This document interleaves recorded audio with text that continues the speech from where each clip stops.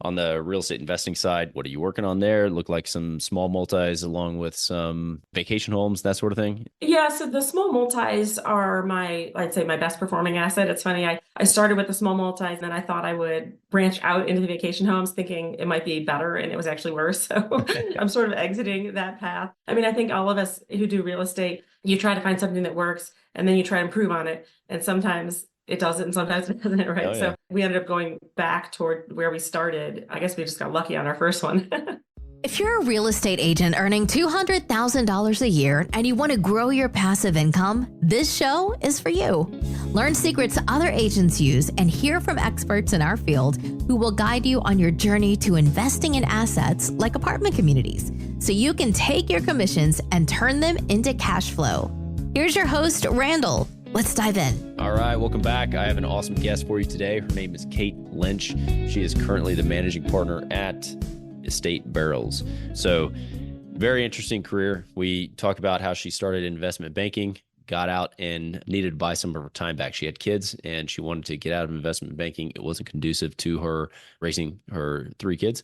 And so she started investing in real estate and her path through investing in real estate and how it bought her time back. Now she's working at Estate Barrels. She, again, managing partner, raising capital and deploying that capital into bourbon. So very cool investment strategy and investment thesis. And she has a fund that they raise capital and they deploy it into these barrels.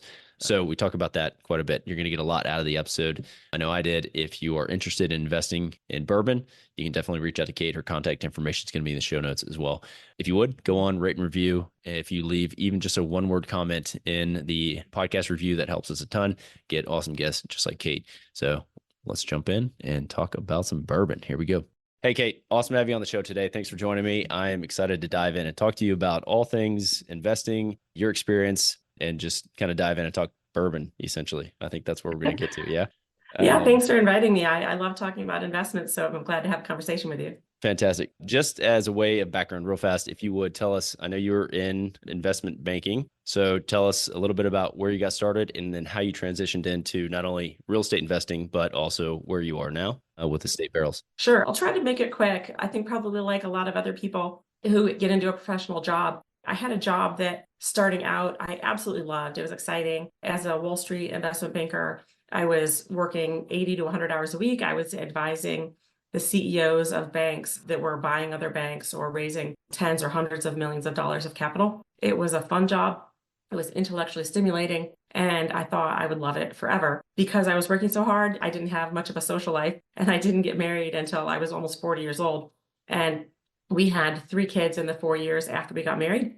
And I very quickly realized that being an investment banker is a lot harder when you have three little kids at home. I had thought I could handle it. I was used to working long hours and not getting a lot of sleep, but it was a lot harder to be on the road 2 or 3 days a week when I had three babies at home who I wanted to see and they wanted to see me. So like so many other people, I started looking to real estate as an avenue to change my life and gain the financial freedom, the time freedom to be the kind of mom that I wanted to be. I was lucky that I found a path relatively early, I think, through investing in multifamily properties in Cleveland. The market that I live in Cleveland is one where the houses are not that expensive and we get enough travelers, either business travelers, healthcare travelers, or families visiting their in-laws or what have you. So we get enough visitors to Cleveland that I was able to make those properties Airbnb properties and get a really strong cash flow out of them. Now, to get there, I liquidated my 401k, and I was certainly very nervous about doing that. But I thought to myself, your 401k is supposed to be your retirement income. So I'm going to see if I can use it to retire at 45 instead of 65. I was watching every dollar, very focused on getting as much cash flow out of the dollars that I invested in real estate. I was pretty indifferent to appreciation. Not that wouldn't like to have it, but you can't pay your bills with appreciation and it doesn't help you be a stay-at-home mom, until you sell, right? So I was able to put pretty much everything that we had in my 401k, even HELOC on our primary home, put all of that into real estate and create enough cash flow so that I could be a stay-at-home mom. And literally, I quit my job about a year after I bought the first property. We did not yet have the kind of cash flow that could replace the income that I made as an investment banker, but I could see sort of the relationship between how much it cost to buy a house, how much income I was getting in order to see, okay, I'm going to get there within another year or so. And, when your kids are 2, 4, and 5, one more year of being home with them is more valuable than that one more year of working on the job. So I quit the job thinking, all right, I'm just a stay-at-home mom. I'm going to manage these properties, and I'm done with this finance career that I developed, other than making sure that I hit the cash flow numbers on our investments. What I found is that once the properties are functioning as an Airbnb, there's not all that much time required to manage them. And my kids are in school during the day. I'm home with them in the summer, but I have sort of 9 o'clock until 3 o'clock every day where I'm able to do something. And so I've had a handful of people reach out to me to ask me to help them with one project or another related to my background in finance. And then along the way, my brother came to me, and he also was retired at that point. He had a much more exciting career path than I had and sold his company to Visa. So he was in a position where he was able to look for other opportunities to do something with the money he got from the Visa deal. And one of the things he did was create a bourbon distillery as a passion project. And through that process of owning the distillery over the last 5 years or so, he identified a niche of investing in wholesale barrels of bourbon and called me about 6 or 8 months ago and just said, this looks really exciting to me. And he said, you're an investment professional. Tell me, is it as good as I think it is? And if so, should we pursue putting together an investment vehicle focused on bourbon? And so I sort of dove back into the work world on, my own terms, really, right? So it's not like I have a boss or an office that I have to report to. Nobody's keeping track of my hours, but I'm working with my brother, helping him raise money for this bourbon fund.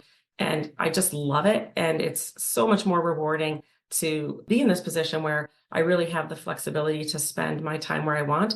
But I realize that intellectual stimulation that I get, as well as, the thrill of the deal that you get from raising capital and working on private equity fund, I still can enjoy that, but I don't have to be on the road 3-4 days a week to do it. Yeah, that's fantastic. Thanks for the summary. A lot of questions. Go for it. Let's start with the real estate, because that's, aside from all the questions I have about investment banking in general, just to chat with you about that, but we can save that for another show maybe. You said that you traded your appreciation or your desire for appreciation for cash flow. So that tells me you were buying a certain type of asset. So can you explain what you were looking for and what you were shopping for? Yeah, so I think that the more I spend time listening to people who invest in real estate and looking at the markets that other people invest in, it seems like there is a very strong inverse relationship between appreciation and cash flow. The hottest markets, the properties that are on the beachfront, the growth markets, the places where everybody wants to be, they are priced at a level where it's hard to get cash flow. Yeah. And so people who are investing there are doing it because either they want the property for themselves, or because it's incredibly, beautiful on the beach, or they want to ski there, or what have you, right? These are markets that are going to continue to draw investors or buyers because they're amazing markets. And so the people who invest there are probably going to get really good appreciation, because 10 years from now, it's still going to be awesome to live on the beach, and there's no more beach available. So the number of people who want it will continue to push that price up. The flip side is, if you invest in a market that not a lot of people want, the appreciation rate is really slow. I would say in Cleveland, possibly even negative. I say negative because I think that when you buy a property in Cleveland, you usually have to spend money to fix it up, and the after repair value is the same as what you bought it for. So it's a weird market. Yeah. But what I have found is that the price is still really low relative to the cash flow that you can get, because I just don't have a lot of competition. And there are people traveling here, and I can rent my 2-bedroom, 1-bath place for about $100 a night. I'm renting it for less than what people spend to stay at a hotel. I set all my places up for families like ours. So I always put in a crib and a rocking chair and, high chair and family friendly things.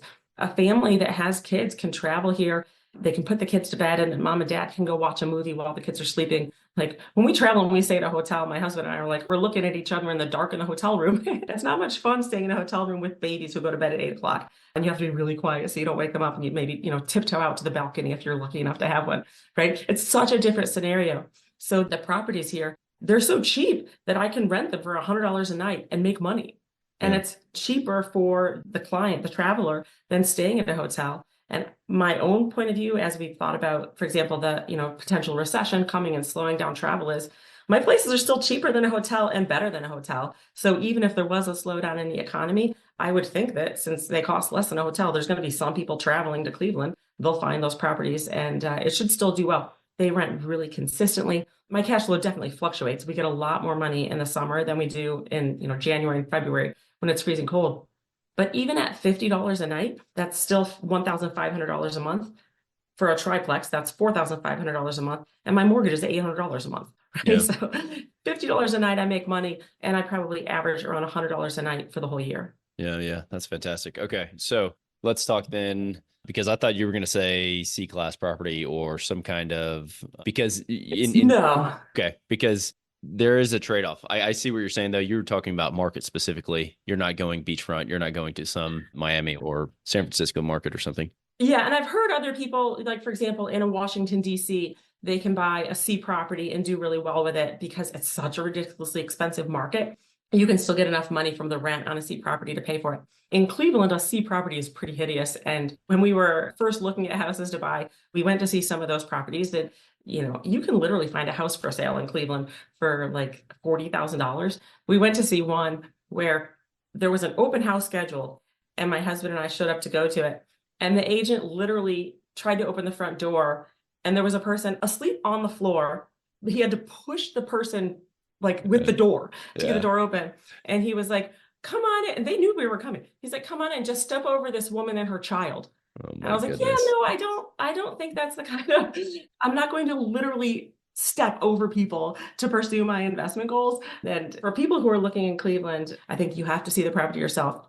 Now, there are also some really beautiful neighborhoods in Cleveland, and I don't invest in the high-end neighborhoods either. I would say, I don't know, you'd probably call it a B+ market, right? It's a nice house in an up-and-coming or a trendy-ish neighborhood, but the kind of place that you'd stay if you're maybe in your first job out of college, not the kind of place that you'd buy if you're a doctor. Yeah, so that makes sense. Isn't NRP, I think they're headquartered up there, big apartment developer. A buddy of mine moved up there, worked their corporate headquarters. And so, yeah, I'll ask him a little bit more about that, about the market. But clarified on that, I want to know, you started buying these properties. Do you mainly focus on the 3+ unit? Have you gone anywhere like 70 unit, 100 unit, 150 unit? No. Yeah, it's funny. I have thought about doing that. I don't know that you would get the same interest from Airbnb customers for a big multifamily. Yeah. And really, I think that the key to my cash flow is that I'm renting places for about $3,000 a month per floor, right? So $9,000-ish, probably $8,000, because always the third floor rents for less than the first two because you got to walk up three flights of stairs to get to it. Let's say call it $8,000 a month. That's really high for Cleveland, right? A long-term rent here is probably around between $1,000 and $1,500 a month for an apartment. And so you wouldn't get, I think, the same return on a big building. Maybe other people can do it, but for me, I think that's sort of the sweet spot. I do own a duplex. It was next door to a triplex that we owned, so we bought it just for convenience sake. But the profitability on that is about 75% less than the triplex next door because it has 2 units instead of 3. Yeah. So, I think the price relative to the income is, I'm looking for cash flow. These get me there. Yeah, for sure. Okay. All right. So yeah, that was one question I had. And then were you putting leverage on these things? Oh yeah, absolutely. Yeah. I take the maximum leverage. Got it. Okay. So you have focused on the short-term rentals. You don't have long-term rentals, and that's how you're about double of what a long-term rental would for the same type building is what it sounds like. Yeah. 9,000 compared to about 4,500. So that's solid. So any particular reason you picked short-term rentals over some other type of investment strategy? Yeah, when I was looking at real estate, I thought about all of the things, the commercial real estate, residential, single family, vacation homes, listening to all the podcasts and the books on tape, trying to figure out what works best for us. I think that single family homes or a duplex or triplex, which is just a house that, each floor is a rental, they feel familiar. I think getting into a big multi-story apartment building is, I hear about other people starting with that. That seems scary to me, in spite of the fact that I worked on Wall Street. That's, I think that it seems like an easy asset class to understand and start with. And then, the Airbnb cash flow is just phenomenal. I don't know, how long the Airbnb cash flow will stay as strong as it is relative to long-term rents. But for now, it's working for us in Cleveland, and we'll stick with it as long as it does. And if it changes, we'll exit. We did try doing vacation homes. So we bought a house down in Hocking Hills, which is sort of a state park area in Southern Ohio. If you look at the most income for Airbnb properties, it's actually Logan, Ohio is on the list every year for like some of the top performing properties. It's incredibly popular. But I found that the vacation properties, there's a couple of things that are different about it relative to the multifamilies in Cleveland. One is the guests, when they're going to those, they tend to plan 6 months in advance versus my short-term rentals, they rent a week or two in advance. Secondly, people tend to not vacation for weeks at a time. So you might get a week from some guests, but most of the time it's between 3 and 5 days for the rental time frame. So you have just a lot more vacancy on the vacation homes relative to the urban rentals. And then the third thing is when people are going on vacation, their expectations are incredibly high around it, right? So in Hocking Hills, a 1 week vacation could cost somebody $5,000, and it's 3 or 4 families together. They've been planning this for 6 months. If something goes wrong, it's like the end of the world, something silly like, I can't even think about it. Like one guy told me there was a raisin underneath a dresser. And I was like, yeah, no, there's like this much room between the bottom of the dresser and the floor. I don't know what you were doing down there. And I'm really sorry that our cleaners didn't see it. But, yeah. I'm not sure how that you can throw it away, or people will call you and say, Is it tasty? Yeah, exactly. I'll say, the light bulbs are out in one of the bedrooms. I'm like, there's a Dollar General literally 1 minute away. Yeah. You could just get a new light bulb. And yes, we should have our cleaners check every light bulb, but for a 7-bedroom house, they don't necessarily turn on every one. So that sort of angst that people feel around how important this vacation is to them, I find it contributes to just so much more dialogue around complaints and hassles and, do they get a refund if this or that happened? And it's for the relatively worse cash on cash return. I've decided I just like the urban rentals a lot better. So you had one there and then have you exited? Did you sell that deal? It's actually for sale. Okay. Yeah, we listed it for sale, and then we actually, because I want to put money into the Bourbon Fund. Yeah. We also have a ski house in Holiday Valley that we also listed for sale. Then we have one other one, which is in Geneva, Ohio, there's a bunch of wineries there. And that one is a little bit lower key. It's just, people going to wineries. So this is not quite the same sort of, special vacation feeling that some of our others have. And it has a swimming pool. So it's already the Geneva, Ohio one. We only spent about $300. I think we've spent $320,000 to buy the house, and it is booked up already at this point for most of June, all of July, and half of August. So that one, I think, will have a good cash on cash return, but with a little bit less of that anxiety from the customers around making it the best vacation of the year.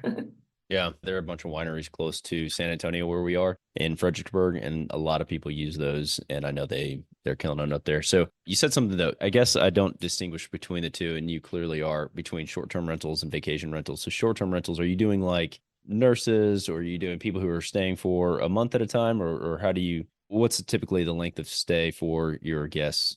I would say our average is probably around 7 days. We get multi-month rentals in them. They're more urban rentals. So it's people who are either traveling for business, traveling for the hospitals, or traveling to visit family. And it's something where they're just going to visit grandma. It's not a vacation that they planned 6 months ahead. And it's typically just one family. It's not 3 or 4 families together who are planning a trip. So it's much more last minute in terms of when the rentals come in. But it's also just a lower key kind of a thing where people will say, they'll reach out and say, oh, the refrigerator is acting a little funny, can you have somebody check it out, in the next day or two? It's, what I mean? It's just when there is something that goes wrong, and, right now we have 16 rental units, there's always something going wrong with something. It just seems like the people who are just visiting grandma or in town on a business trip, they're just not all that worried about it because what they're getting relative to the price feels to them like a real value versus the people when they spend $5,000 for the vacation. To them, that's, just a really big thing. And they care so much about every aspect of it. Yeah, no, that makes sense. Okay. So you answered the other question, which was how many units do you have? So you have 16 doors essentially that you guys are working on. Okay. And so that has effectively replaced your income that you had when you were investment banking. So took some time off, I guess. Yeah. You're 9 to 3, right? So I know how that goes. We have kids, exact same schedule. It's 9 to 3. So when, I guess, did you transition into, how long had you been doing the real estate before you started doing the bourbon business? So I retired about a year after I bought the first property. Yeah. And it was probably another year after that when my brother reached out about the bourbon opportunity. So, like I said, he was also retired, but looking for businesses to invest in, as opposed to me. I was, just trying to be home with the kids. Yeah. And so he invested in a couple different businesses that other people were starting, and he himself founded a craft bourbon distillery. We grew up in the Sandusky, Ohio area, which is where Cedar Point is, a big amusement park touristy area. And as something sort of as a passion project, but also as something to sort of help the community where, he still lives, that we grew up in. He decided to start this distillery there. And anytime a distillery starts, they have about a 4-year window before the product they're making in it can be bottled, because bourbon just has to age over time. And so you sort of have a dilemma of, well, we started this new company and we're not going to have a product for 4 years. And what most of the craft bourbon distilleries do is they buy a wholesale bourbon from some major producers. There's a number of them around the country that produce these barrels for others. And it's something that you probably never think about when you're buying a bottle of bourbon, that it's not necessarily all distilled by the person who bottled it. So even some of the really big companies, they produce some amount of bourbon in-house.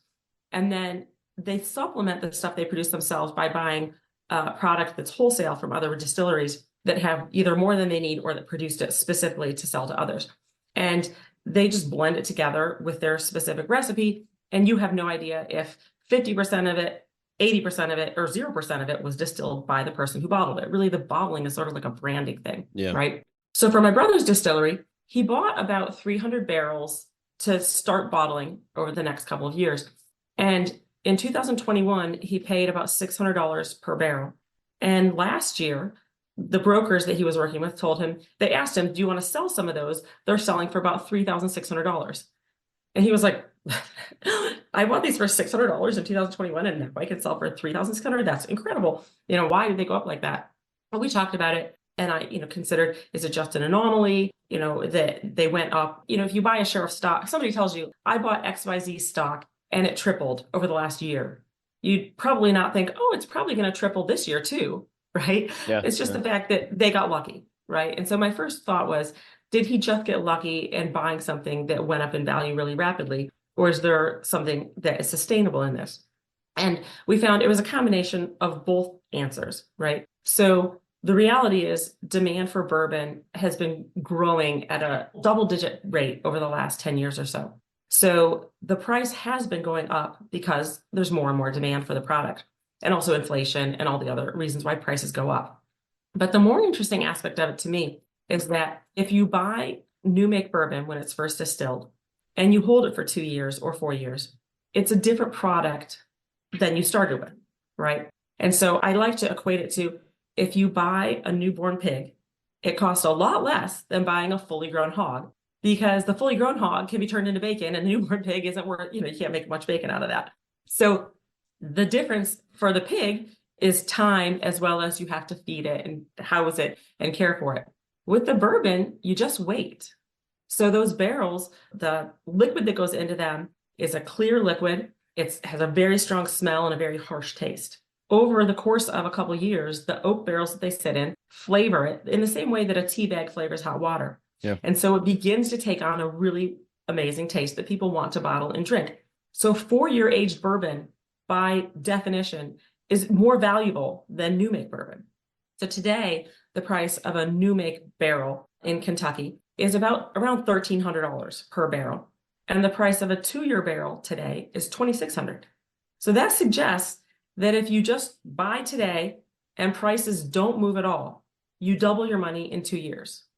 And to me, I've never seen an investment where you can double your money in 2 years if prices don't change.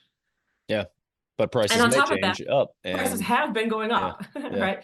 So I think it will be great if prices go up. But our investment thesis is just, we will buy at today's price, hold for 2 years. Even if prices drop by 25% for the 2 year, you make a 20% return over those 2 years. That's incredible downside protection. Yeah. Okay. So I'm starting to see how you guys have priced this in. And I heard you talking about that on another podcast. And I think you used the calf example. The calf isn't as much as valuable as a full grown cow. So I was like, that's good. This is a great analogy. Okay. So a couple questions. You're telling me that he started with 300 barrels. We're going to get to the pricing and the appreciation. I want to talk about the fund specifically and how that is structured. But I want to go back to kind of how the inception and how you guys got into this thing. So when he bought the barrels, you're saying it was 300 barrel new make, right? Yep.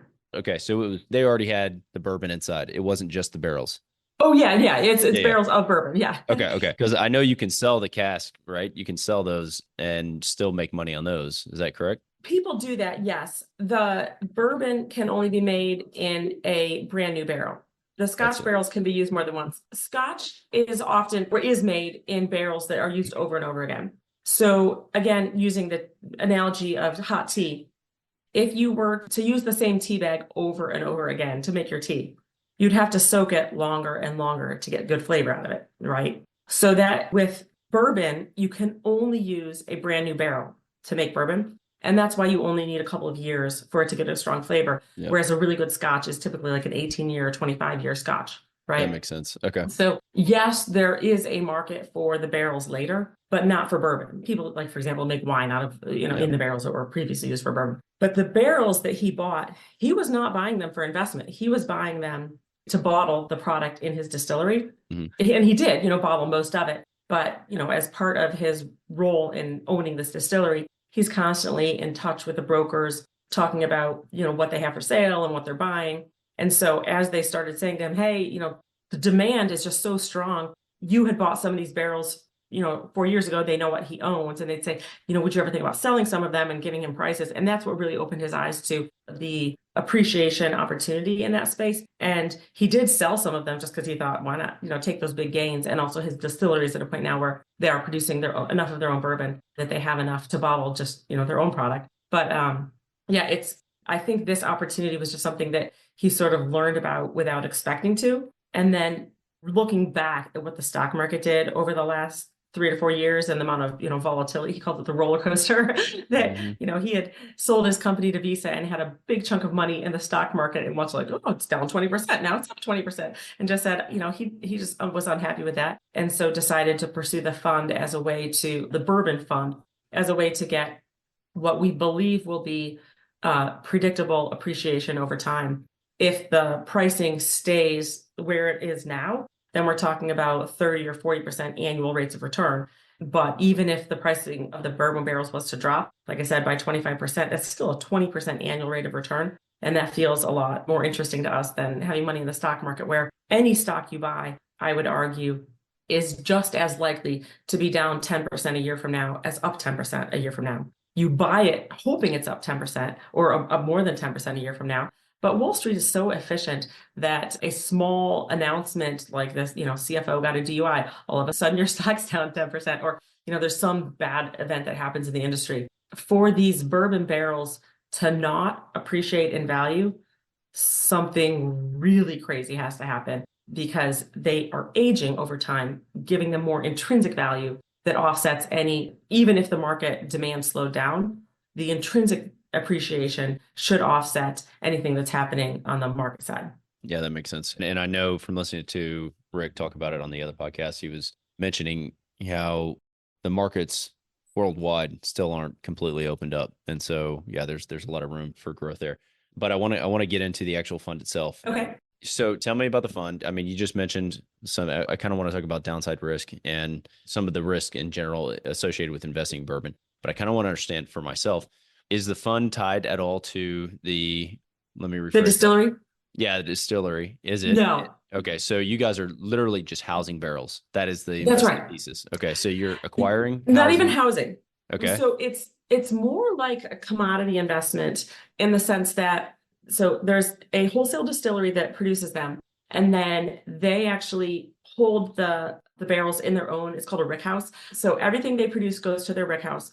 We own it. In some cases, we will be buying barrels of bourbon that they produced and haven't found a buyer for. And in other cases, we will actually contract with them to produce them for us. So if you think about somebody with a big distillery, they don't want to start and stop operations all the time, right? So if they have a period when somebody hasn't hired them or contracted with them to produce bourbon, they're still going to produce it. They just don't have a buyer yet for it. So some of our purchases, for example, Rick already purchased $1 million worth of bourbon for the fund with his own money. And he just, one of the distilleries said, they have some stuff that hasn't sold yet. Here's the price. Do you want it? And it was a really good price. So, he picked up, I don't know how many barrels he got for $1 million, but So he started putting money to work already just because the barrels were available at a good price and he had the money to buy them with. But so we'll have a combination of barrels that we contracted with them to produce for us, as well as barrels that we think are attractive. They have to stay. We only are buying Kentucky bourbon because we think that that's the creme de la creme in the market. And he's only buying from between 4 and 7 distilleries that he thinks have the best reputation in the market. So one of the advantages, of course, to this fund, I think, is just he has incredible expertise as a distillery owner, as somebody who has been making bourbon and tasting bourbon, different recipes and that. He knows what are the recipes, because there are a million different types of bourbon recipes. You can play with the numbers in a variety of ways, but there are a small number of bourbon recipes that are extremely common. Yeah. So because he knows that, he knows which recipes are most likely to get the best valuation and have the most demand 2 years from now.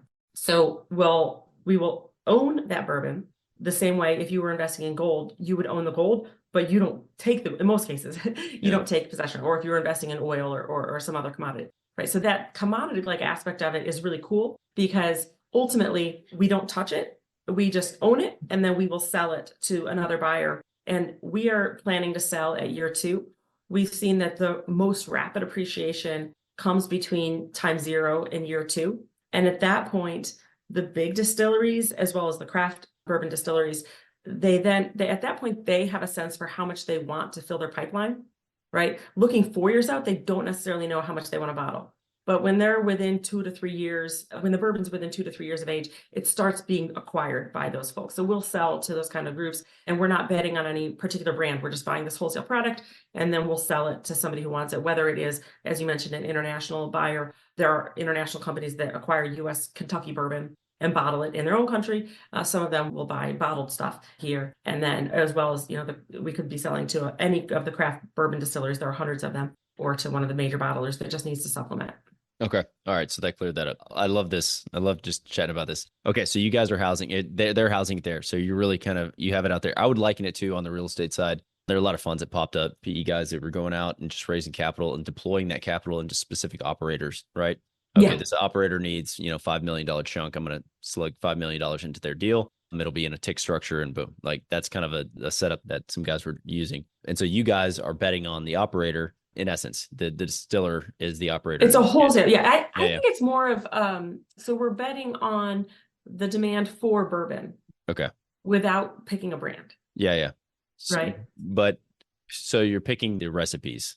Yes, true. That's what you have to know. I mean, your expertise is coming in not only with the connection, but also with being able to pick the bourbons that you think are going to be outperforming the other bourbons. Who's trustworthy, right? Because there are groups that there are less trustworthy or more trustworthy, as in any industry, producers of the stuff to have the best quality. And the producers that are, have a strong reputation, not some fly-by-night distillery, as well as which is the recipe that we think is likely to have the best resale value. And then they're also insured, right? So we have insurance on the market value of the bourbon in case of a disaster scenario. I've got a big question mark on my page, like insurance. What happens if one of these things goes up in smoke, because I've read about it. So you're insured on top of their insurance? You get insurance. So once we own it, if there was a tornado that wiped out the Rick House, if it wasn't insured, that's our loss. For sure. Right. So we buy insurance for the market value of the product. Right. So if a year from now something happens,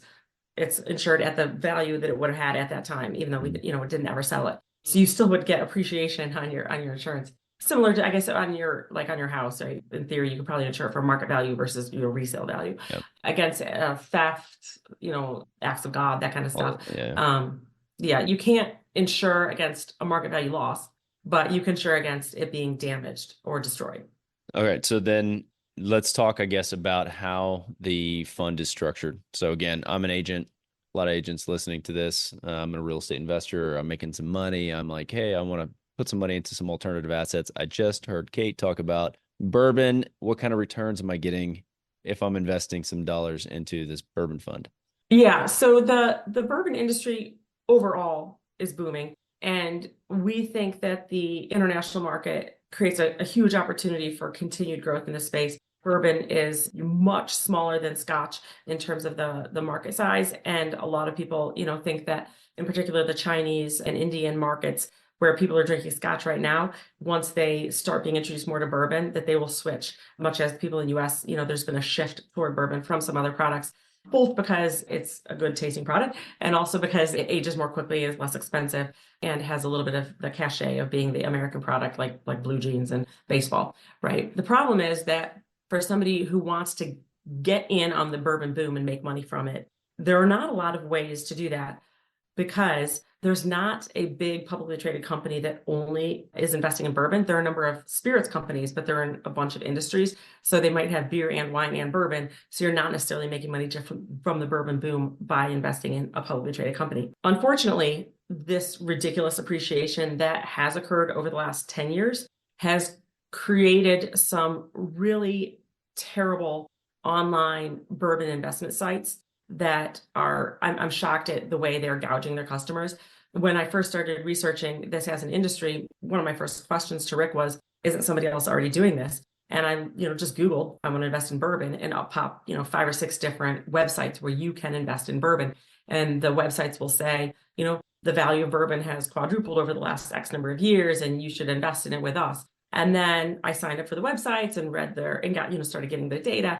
And when I got an email about a specific bourbon that they were trying to sell to investors, the price that they were quoting was like $2,800 a barrel for new make. And I had just talked to Rick about the same product at the time costing $1,200. And I said, what am I missing here? Why are they saying this costs $2,800 and you're saying it costs $1,200?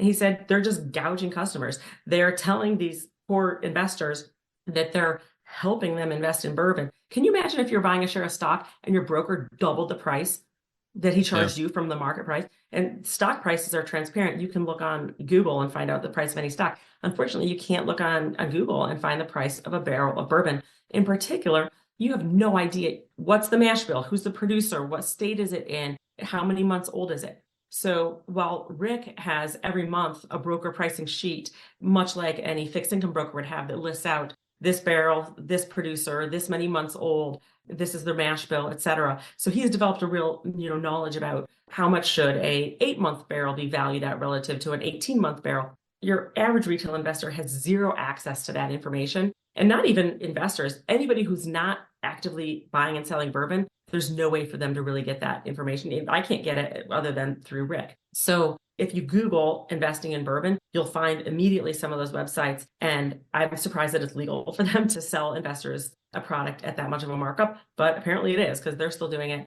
And they'll tell investors that you should have a 5 to 8 year timeline. Whereas our timeline is, we're saying we think you can double your money in 2 years. Rick says he thinks you can get a 20 to 30% return. For myself, I believe that prices will go up. I can't promise that prices will go up. But if prices continue on the trajectory that they've been on, then we should be able to more than double our money over the next 2 years. And that, I think is a 2-year window is so much lower risk than a 5 or 8 year window, where you're hoping that, the bourbon boom will still be going on. I hope it will be too, but I don't want to have to depend on that to make a profit. Yeah, that makes sense. So, I mean, I do think that there are people literally being taken advantage of it in this space. Yeah. And, I worked as an investment banker. It's just wrong. Yeah. It's insane to me that you can have a different strike price, essentially. So they're building in a profit already at the very beginning of the deal. No, but they still take 20% of the profit. Sure. Yeah. It's ridiculous. I get that. But the profit that they show on paper is lower than it would otherwise be. Exactly. Because they've already taken it. They're very much taking advantage of investors. And I find that it's crazy that happens and people get taken advantage of that way. And yet the bourbon investment is so attractive, right? That we want to, spread the word about it, but in a way that we caution people that you can't just Google investing in bourbon and believe what you see. Yeah, that makes sense. I was going to ask you then, the information that you were talking about that Rick gets, that only he sees, that it's not available to the public, is that something, if I joined the fund and I'm investing, is that something you guys push through to your investors and say, hey, here's the pricing, this is what it is? I don't know what transparency looks like. We will tell our investors exactly what we bought at what price from whom. And then we also have been putting out some information where we'll do like a scatter plot, where we'll show them pricing for different ages and different types. but without the names on it, because as you can imagine, the brokers themselves consider that their proprietary information. Okay. So for the stuff that we actually buy, we will tell them specifically all the information about those barrels. But for the stuff that's being marketed by the brokers, we can do it without the name of the producer. Just say, for example, we have a chart that shows you Kentucky versus Indiana versus Tennessee by month, what the pricing is, so that they have a sense for, obviously, like I said, we hope that pricing will continue to go up over time. And we want to be able to have our investors continue to see what's going on with pricing, so that they have some confidence during that 2 years of what it looks like returns are going to be. Because there will be zero cash flow during the holding time. Yeah, so that's why I was asking, because if I'm in and I can see the price points and you guys are relaying that info, that makes me feel more comfortable about my investment, seeing how it's performing over time, even though I'm not getting cash flow. And also, I think you asked about the downside, right? And I think that the biggest risk is that either production just gets way ahead of demand and that pushes prices down, or demand just softens, and that either one of those has the same result, which is the price of the 2-year barrels goes down. Right now, Rick is the biggest investor in the fund, and he started this fund as a way to make more money from his own investments. So in theory, like say 12 months from now, we start seeing prices drop rapidly. We're not just going to hold till year 2 because we said it's a 2-year fund. Rick would say, hey, everybody, prices are dropping fast. We're going to exit now, right? Because that's what he wants to do with his own money. And we'll assume that, I guess in theory, somebody could say, no, I want to hold. And we could. One of the great things about it is, unlike, for example, real estate, like say you go into a real estate property with a partner and one of you wants to sell and the other doesn't. It's pretty difficult for you to make that happen, right? Either you have to personally buy the person out, you have to go looking for another investor. It's not the case that he can just sell his 50% ownership without affecting you in any way. The cool thing about the bourbon barrels is that they're so commodity-like that if we had a disaster scenario and 50% of the investors wanted to sell and the other 50% didn't, we could just sell half the product and we would be able to return the money to the people who needed it, right? Wow, so it's not the plan that we're going for, but I think that nature of the business is really, it's just, again, a downside protection that is rare in the investment world. Yeah, that's interesting. I didn't think of that. So it's a positive. And instead of having, so like in a multifamily fund, it's not possible. You got to either replace those investors or you have to sell an asset, and it may not be an opportune time to sell an asset. And you affect the people who don't want to sell, right? Yeah, exactly. Whereas in this case, say there's some people think there's going to be prohibition right now, right? And if that comes up, you might say, I'm pretty sure that's not going to happen. I'll just hold. And somebody else might be like, oh, I need to get out right now. I don't want to risk it. Then we could make that happen without you hurting the other person. Yeah. Awesome. Okay, Kate, I think we wrap it there. I love talking about bourbon. It's awesome. I want to leave a link so that people can contact you in the show notes. Okay. So if anyone is interested in investing in bourbon and you want to learn more about this, please reach out to Kate. She's a wealth of knowledge. She's got a ton of experience on finance and many fronts. So it's been fun chatting with you, and I appreciate you sharing your information. And we will catch you guys on the next episode. Excellent. It was nice to meet you, and hopefully we have a chance to talk again sometime. Sounds good. Surprisingly, most of the agents we speak with got into real estate hoping to gain passive income and become work optional. However, only 1 in 5 ever start investing. Most are simply too afraid to start. Once you get educated by listening to this show, you'll be able to overcome that fear and become the 1 in 5 who are finding financial freedom. Don't miss a single episode. If you want to stay up to date, the best way is to make sure you're subscribed. So if you haven't done that, go ahead and do it now. And we'll catch you on the next episode.